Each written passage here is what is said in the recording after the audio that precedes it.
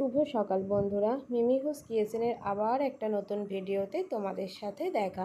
আশা করি সবাই ভালো আছো, আমরাও ভালো আছি। এখন বাজে সকাল 7টা 15। দেখো আবহাওয়াটার কীরকম অবস্থা, না রোদ না বৃষ্টি হচ্ছে, অথচ একটা গুমসুনি গরম রেখে দিয়েছে। মেঘলা মেঘলা ওয়েদার, না গরমটা ওই জন্য রেখেছে। ও সকাল সকাল উঠে পড়েছে আজকে। তো সবজি ফুরিয়ে গেছে, ফ্রিজে কোনো সবজি নেই, খালি ভেন্ডি আছে। তাই ওকে সকাল সকাল তুলে দিলাম, একটু বাজারে যাবে। আর এদিকেতে আমি ভাত বসিয়ে দিয়েছি, সকালে চা খাওয়া হয়ে গেছে। আজকে যেহেতু বাজারে গেছে তাই বললো মুড়ি খাবার কিছু করতে হবে না, তো মুড়ির জন্য চপ নিয়ে আসবে, তাহলে সেটা দিয়েই হবে। আপাতত আমি ভাতটা বসিয়ে দিয়েছি। আর শাকটা এখানেই এক জেঠিমার মানে হয়েছিল, দিয়েছে। তো সেই শাকটাও আমি বেছে নিয়েছি, যাতে বালি না থাকে, সেই জন্য ভালো করে বড় জায়গাতে একটা জল দিয়ে ভিজিয়ে রেখেছি। ও এলে বাকি তরকারি কাটবো। তো বলতে বলতে কিছুক্ষণ পরে ও চলে এসেছে বাজার থেকে। মাছ ছিল বাড়িতে, চারাপোনাও ছিল, চিংড়ি মাছ ছিল, তা সত্ত্বেও ওর মন গেছে টাটকা মাছ, ওই কাঁচা মাছের ঝাল খাবার জন্য। সেই জন্য আমরা এখন তো 4জন আছি, বাবা তো উড়িষ্যাতে, তো ওই জন্য ঠিক গুনে গুনে 4-5 পিসই এনেছে, কারণ বড় মাছ ওরও খাওয়া চলে না, বাবারও খাওয়া চলে না, আর আমি তো মাছ অতটা খেতে ভালোবাসি না, ওই জন্য। আর এই যে আলুটা কাটবো বলে আগে থেকে ওই ঘর থেকে আলু এনে রেখেছি।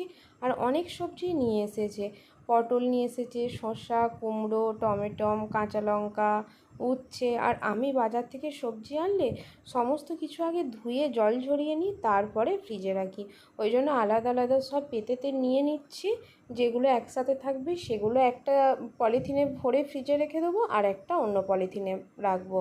আর এই যে পটল ভাজা হবে, ওই জন্য আগে পটলটা কেটে নিয়েছি। আর এদিকে দেখো এই যে সবজিগুলো ধুয়ে নিয়েছি, এখানেই জল ঝরাতে দিয়ে দিয়েছি। টিপ টিপ করে বৃষ্টি পড়ছে, ওই জন্য আর কলতলায় যায়নি। আর আমি পেঁয়াজ কেটে রেখেছিলাম, দেখো ওর পছন্দ হয়নি, কারণ আমার পেঁয়াজ কাটাটা একটু নাকি মোটা মোটা হয়েছে, সেই জন্য ও একটু সরু করে পেঁয়াজ কেটে নিচ্ছে। আর ও চপ আনলি একটু পেঁয়াজ দিয়ে মেখে মুড়ি খেতেই ভালোবাসে, সেই জন্য ও পেঁয়াজটা কেটে নিয়েছে। আর আমি ওদিকে শাকটা সেদ্ধ করতে বসিয়ে দেবো, দিয়ে আর ও এদিকে এই যে চপটা মাখছে। চপটা মেখে নিলে মুড়ি ঢালবো, মায়ের জন্য আলাদা করে চপ মাখা রেখে দেবো। ঠাকুমার চপ ঠাকুমাকে দিয়ে চলে এসেছি, ঠাকুমা মুড়ি খাচ্ছে। আর এদিকে এই যে দেখো আমি শাকটা সেদ্ধ হতে বসিয়ে দিয়েছি। আর হচ্ছে যে শাক মুড়ি ঢালার জন্য থালা নিয়ে নিচ্ছি। মায়ের মুড়িটা ঢালবো ভাবলাম, কিন্তু দেখলাম মা নিচে নামেনি, তাই ভাবলাম মায়ের জন্য চপটা আলাদা বাটিতে ঢেলে রাখি আর আমরা খেয়ে নিই। তো মায়ের জন্য ঢেলে রেখে আমাদের মুড়ি খাওয়া হয়ে গেছে। ওখানে দেখো শাক সেদ্ধটাও হয়ে গেছে, ওই জন্য শাক সেদ্ধটা নামিয়ে রেখেছি। আর পটলটা ভেজে নিচ্ছি। বেশিরভাগ পটল কুচি কুচি করেই ভাজি, কারণ লম্বা করে পটল ভাজলে বাবা খেতে চায় না, কিন্তু আবার কুচি কুচি করে পটল ভাজলে একটু বেশি মশলা লাগে, মানে জিরে গুঁড়ো, হলুদ গুঁড়ো সমস্ত কিছুই লাগে। আর এই যে লম্বা করে পটল ভাজলে ও খায়, বাড়ির সবাই খায়, ওই জন্য আজকে ভাবলাম আর কুচি করে পটল ভাজবো না, লম্বা করেই পটল ভাজবো। আর মায়ের মুড়ি খাওয়া হয়ে গেছে, মা এদিকে এরপরে সবজিগুলো জল ঝরে গেছে বলে ফ্রিজে পুড়িয়ে রাখছে।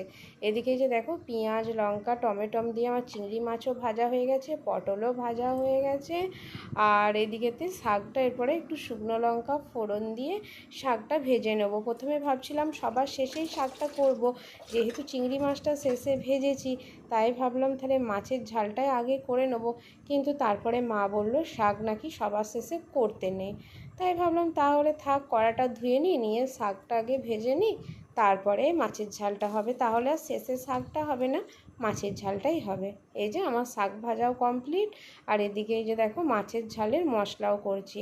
এমনিতে মাছের ঝাল করলে আমি পেঁয়াজটা একটু কুচিয়ে নিই, কিন্তু যেহেতু কাঁচা মাছের ঝাল তো, তাই পেঁয়াজ, টমেটো, রসুন, আদা সমস্ত কিছু একসঙ্গে বেটে নিয়ে সবটাই এই যে অল্প তেলেতে মশলাটা কষিয়ে নিচ্ছি। আর এদিকে ভাতটা 1 ফুট হয়েছিল, আবার একবার ফুটতে দিলাম। আর এই যে মাছ মানে মশলাটা কষে এসেছে, মাছগুলো দিয়ে দিয়েছি। এরপর ওপর থেকে যেহেতু মাছগুলো ভাজা নয়, তাই একটু বেশি সর্ষের তেল দেবো, মাছটা সেদ্ধ হয়ে গেলে নামিয়ে নেব।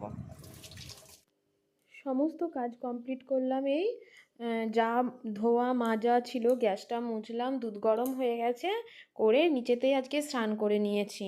একবার ওপর যাচ্ছি, ওকে ফোন করলাম, ওর এখন কাজ সেরে আসতে দেরি আছে, তাই উপরে কিছু জামা মানে জড়ো হয়েছে, যে এত জামা কাপড় ওগুলোকে ইস্ত্রি করব, আর ওর আসতে যেহেতু দেরি আছে তাই মাকে আর ঠাকুমাকে বললাম খেয়ে নিতে, ও এলে আমি খাবো। তো বাবার এই জামাটা, ওর পাঞ্জাবিটা আর এই জামাটা শুধু ইস্ত্রি করতে বাকি রইলো।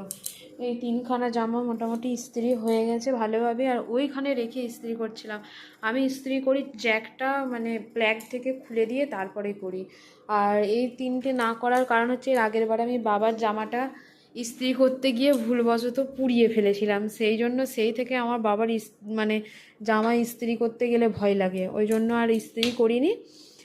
আর হচ্ছে যে আসুক, আর ওর ওই জামাটা কি মানে কিসে দিয়ে যে ইস্ত্রিটাতে ইস্ত্রি করব, ওই ইস্ত্রির ভাগ থাকে না, যে কটন রেয়ন, ওই জামাটা যে কিসে দেবো এটাই আমি বুঝতে পারছি না বলে ওটা ইস্ত্রি করতে পারছি না। ওই জন্য ও আসুক, এলে দেখিয়ে দেবে, তারপরে ইস্ত্রি করব। বাজে 4টে, ঠিক আছে, এতক্ষণে ভাত খাবো। দেখো মেঘ ধরে গেছে, মানে জল একবারে নামার মুখী হয়ে গেছে। ও গাড়ি বাগাতে গেছিলো, এতক্ষণে এলো। 4টে পেরিয়ে গেছে, 4:05 বাজছে, এতক্ষণে খাবো ভাত। মা আর ঠাকুমা খেয়ে শুয়ে পড়েছিল, তো মাকে ঠাকুমাকে তখন খেয়ে নিতে বলেছিলাম, খেয়ে নিয়েছিল। আর এই যে আমাদের ভাত বাড়ছি, ওর এত খিদে পেয়েছে, ও এসে আর স্নান করতেও পারেনি, বললো আগে খেতে দাও তারপরে স্নান করবো, ওই জন্য ভাত বেড়ে নিচ্ছি। খেয়ে নিয়ে আমি থালা বাসনগুলো ধোবো, আর ও ততক্ষণকে স্নানটা করে নেবে। যা মেঘ ধরেছিল জল হলো না, রোদ বেরিয়ে গেছে, কিন্তু হালকা হালকা মেঘ আছে। সারা দিনের শেষে এই একটুখানি জাস্ট রোদ বেরোলো। তো এই খাওয়া দাওয়া করে উপরে এলাম, একবারে সন্ধ্যা সন্ধ্যা হয়ে এসেছে, আর শোবো না। আর মেঘটা কি প্রচণ্ড, সকাল থেকে ধরেই আছে, এখন আবার কি প্রচণ্ড যে মেঘ ধরেছে, বাপরে। দাঁড়াও তোমাদেরকে দেখাচ্ছে, এই মেঘটায় যদি বৃষ্টি আসে প্রচণ্ড বৃষ্টি হবে। সকাল থেকে তো একটু রোদের মুখ দেখাই যায়নি, মানে মেঘলা ওয়েদার হয়ে আছে, এখন আবার মেঘটা প্রচণ্ড ধরেছে। কীরকম কালো অন্ধকার করে মেঘটা ধরেছে। আর সকালে ওই যে নিচেতে যে আম গাছটা দেখাচ্ছিলাম, ভিডিওতে দেখা যাচ্ছিলো, এই দেখো এখন পুরো পরিষ্কার দেখা যাচ্ছে, গোটা আম গাছটায় পুরো আমে ভর্তি একবারেতে। আর মেঘটা দেখো এই দিকটাতে, রে বাপরে প্রচণ্ড মেঘ ডাকছে এখন। এবার আমার একটুখানি মেঘ ডাকলেই প্রচণ্ড ভয় লাগে, তাই আমি জানলা দরজা বন্ধ করে দিয়ে নিচে চলে যাবো। তো নিচে নেমে তখন চলে এসেছিলাম, কিন্তু যে হারে মেঘটা ধরেছিল সে হারে বৃষ্টিটা হয়নি। টুপটুপ করে একটুখানি বৃষ্টি পড়েছে, পড়ে বাস বন্ধ হয়ে গেছে, তবে মেঘ এখনও ধরে আছে, বিদ্যুৎও চমকাচ্ছে। আর এদিকে দেখো আমার তো আদা রসুন ফ্রিজে বাটাই থাকে, কিন্তু রসুন বাটাটা ফুরিয়ে গেছে।